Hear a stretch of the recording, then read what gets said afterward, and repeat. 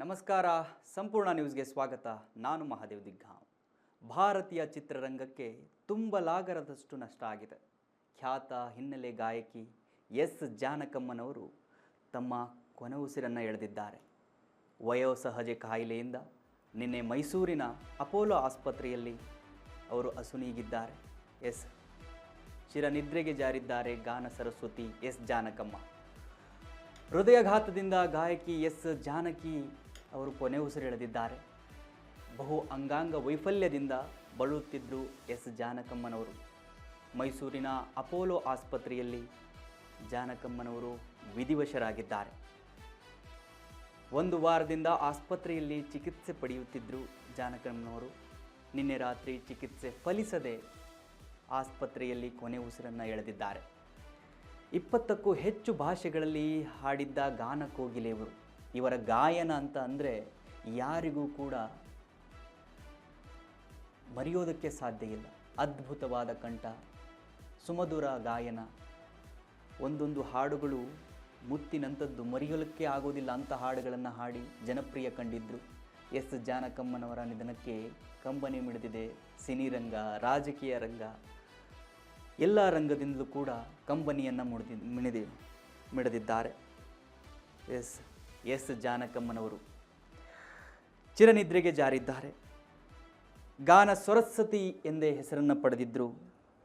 ಅವರು ನಿನ್ನೆ ಹೃದಯಘಾತದಿಂದ ಮೈಸೂರಿನ ಅಪೋಲೋ ಆಸ್ಪತ್ರೆಯಲ್ಲಿ ತಮ್ಮ ಕೊನೆ ಉಸಿರನ್ನು ಎಳೆದಿದ್ದಾರೆ.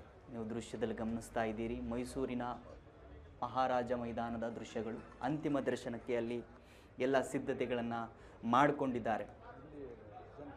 ವೀಕ್ಷಕರೇ, ಎಸ್ ಜಾನಕಮ್ಮನವರು ಅಂದರೆ ಬರೀ ಕರ್ನಾಟಕ ಮಾತ್ರವಲ್ಲ, ಭಾರತ ಚಿತ್ರರಂಗಕ್ಕೆ ಅಪಾರ ಕೊಡುಗೆಯನ್ನು ಕೊಟ್ಟಿರ್ತಕ್ಕಂಥವರು. ಅವರ ಕೊಡುಗೆಯ ಬಗ್ಗೆ ಎಷ್ಟು ಹೇಳಿದರೂ ಕೂಡ ಯಾಕಂತ ಹೇಳಿದ್ರೆ 48,000ಕ್ಕೂ ಅಧಿಕ ಹಾಡುಗಳನ್ನು ಭಾರತೀಯ ಚಿತ್ರರಂಗಕ್ಕೆ ಕೊಟ್ಟಿದ್ದಾರೆ ಅವರ ಸುಮಧುರವಾದ ಕಂಠದ ಮೂಲಕ. ಕನ್ನಡಕ್ಕೂ ಕೂಡ ಅವರ ಅಪಾರ ಕೊಡುಗೆ ಇದೆ.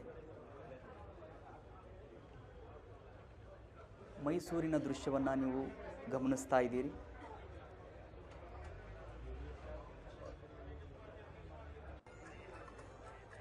ಅವರ ಒಂದು ನಿಧನಕ್ಕೆ ಚಿತ್ರರಂಗ, ರಾಜಕೀಯ ರಂಗ, ಎಲ್ಲ ರಂಗದಿಂದಲೂ ಕೂಡ ಗಣ್ಯಾತಿ ಗಣ್ಯರು ಕಂಬನಿಯನ್ನು ಮಿಡಿದಿದ್ದಾರೆ.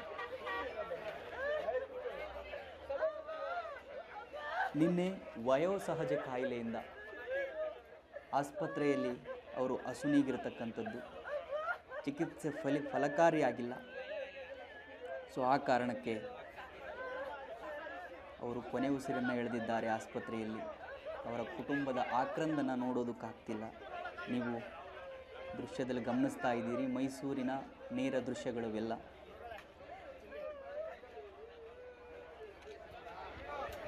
ಎಸ್ ಜಾನಕಮ್ಮನವರು ಯಾರಿಗೂ ತಾನೇ ಗೊತ್ತಿಲ್ಲ, ಇಡೀ ಭಾರತ ಚಿತ್ರರಂಗದಲ್ಲಿ ಹೆಸರನ್ನು ಮಾಡಿರುವ ಹಲವು ಹಿನ್ನೆಲೆ ಗಾಯಕರಲ್ಲಿ ಎಸ್ ಜಾನಕಮ್ಮನವರು ಕೂಡ ಒಬ್ಬರು. ಈಗೇನಿದ್ದಾರೆ ಫೇಮಸ್ ಸಿಂಗರ್ಸ್, ಹಿನ್ನೆಲೆ ಗಾಯಕರು, ಅವರೆಲ್ಲರೂ ಕೂಡ ಇವರ ಅಭಿಮಾನಿಗಳು. ಎಸ್ ಜಾನಕಮ್ಮನವರು ಅಂದರೆ ಎಲ್ಲರಿಗೂ ಪ್ರೀತಿ, ಅಭಿಮಾನ, ಗೌರವ ಎಲ್ಲವೂ ಇದೆ. ಅವರು ತಮ್ಮ 88ನೇ ವಯಸ್ಸಿನಲ್ಲಿ ತಮ್ಮ ಕೊನೆ ಉಸಿರನ್ನು ಎಳೆದಿದ್ದಾರೆ. ಅವರು ಕನ್ನಡಕ್ಕೆ ಅಪಾರ ಕೊಡುಗೆಯನ್ನು ಕೊಟ್ಟಿದ್ದಾರೆ. ಕನ್ನಡದಲ್ಲಿ ಹಲವು ಗಾಯನವನ್ನು ಅವರು ಮಾಡಿದ್ದಾರೆ. ಅದರಲ್ಲಿ ಖ್ಯಾತಿ ಪಡೆದಿರತಕ್ಕಂಥ ಹಾಡುಗಳಂತ ನೋಡ್ತಾ ಹೋದರೆ, ಪಲ್ಲವಿ ಅನುಪಲ್ಲವಿ ಚಿತ್ರದ ಒಂದು ಹಾಡು ನಗುವ ನಯನ ಅಂತ ಹೇಳಿ, ಆ ಹಾಡು ಬಹಳ ಪ್ರಖ್ಯಾತಿ ಪಡೆದಿತ್ತು. ಇನ್ನು ಗೀತಾ ಚಿತ್ರದ್ದು ಜೊತೆಯಲ್ಲಿ ಅವರ ಕಂಠಸಿರಿಯಲ್ಲೇ ಮೂಡಿ ಬಂದಿರತಕ್ಕಂಥದ್ದು ಹಾಡು ಬಹಳ ಅದ್ಭುತವಾದ ಹಾಡಾಗಿತ್ತದು. ಇನ್ನು ಎಲ್ಲೆಲ್ಲಿ ನೋಡಲಿ ನಿನ್ನದೇ ರೂಪ ಅಂಥೇಳಿ, ನಾನಿನ್ನ ಮರೆಯಲಾರೆ ಚಿತ್ರದ ಒಂದು ಸಾಂಗ್, ದೀಪವು ನಿನ್ನದೇ, ಗಾಳಿಯೂ ನಿನ್ನದೇ, ಮೈಸೂರು ಮಲ್ಲಿಗೆ ಚಿತ್ರದ ಸಾಂಗ್.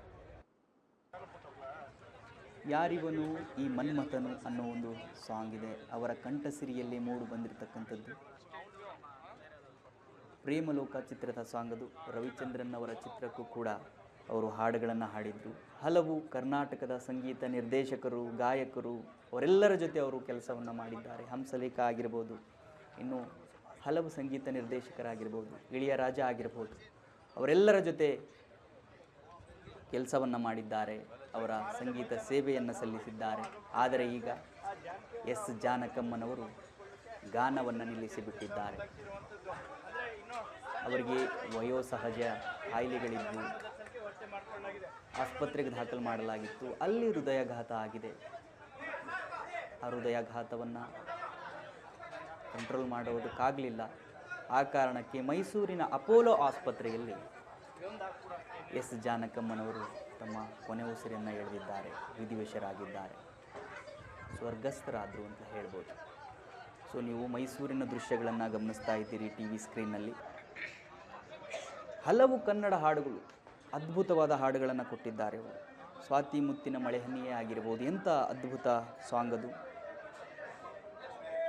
ಬಣ್ಣದ ಗೆಜ್ಜೆ ಅಂತ ಹೇಳಿ ಚಿತ್ರ, ಆ ಚಿತ್ರದ ಒಂದು ಸಾಂಗ್ SPB ಅವರೊಂದಿಗೆ ಹಾಡಿದರು. ಮಧುರ ಗೀತೆಯಾಗಿತ್ತಿದ್ದು. SPB ಮತ್ತು ಎಸ್ ಜಾನಕಮ್ಮನವರ ಇಬ್ಬರ ಕಂಠಸಿರಿಯಲ್ಲಿ ಮೂಡಿ ಬಂದಿರತಕ್ಕಂಥ ಹಾಡಾಗಿತ್ತು. ಇನ್ನು ತನು ನಿನ್ನದು ಮನ ನಿನ್ನದು ಅಂತ ಹೇಳಿ ಇಬ್ಬನಿ ಕರಗಿತ್ತು, ಅದ್ಭುತ ಚಿತ್ರ, ಅದ್ಭುತ ಗಾಯನ. ಆ ಹಾಡು ಕೂಡ ಬಹಳ ಪ್ರಖ್ಯಾತಿ ಪಡೆದಿತ್ತು. ಕನ್ನಡಕ್ಕೆ ಬಹಳ ಕೊಡುಗೆ ಇದೆ ಇವರದ್ದು. ಇನ್ನು ರಾಮಚಾರಿ ಹಾಡುವ ರಾಮಚಾರಿ ಚಿತ್ರದ್ದು ಆ ಹಾಡು ಕೂಡ ಬಹಳ ಪ್ರಖ್ಯಾತಿ ಪಡೆದಿತ್ತು. ಕನ್ನಡದಲ್ಲಿ ಇವರು ಹಾಡಿರತಕ್ಕಂಥ ಹಾಡುಗಳು ಭಾಳ ಪ್ರಖ್ಯಾತಿಯನ್ನು ಪಡೆದುಕೊಂಡಿದ್ದಾರೆ. ಇವಾಗ ಅವರಿಗೆ 88 ವಯಸ್ಸು. ಆ ವಯಸ್ಸಿನಲ್ಲಿ ಅವರು ಭಾರತ ಚಿತ್ರರಂಗವನ್ನು ಬಿಟ್ಟು ಹೋಗಿದ್ದಾರೆ. ಅವರು ದೇಹವಾಗಿ ನಮ್ಮ ಜೊತೆ ಇಲ್ಲದೆ ಇರಬಹುದು, ಬಟ್ ಅವರ ಕಂಠಸಿರಿಯಲ್ಲಿ ಮೂಡು ಬಂದಿರತಕ್ಕಂಥ ಹಾಡುಗಳಿದಾವಲ್ಲ, ಯಾವತ್ತೂ ಕೂಡ ಮರೆಯೋದಕ್ಕಾಗೋದಿಲ್ಲ.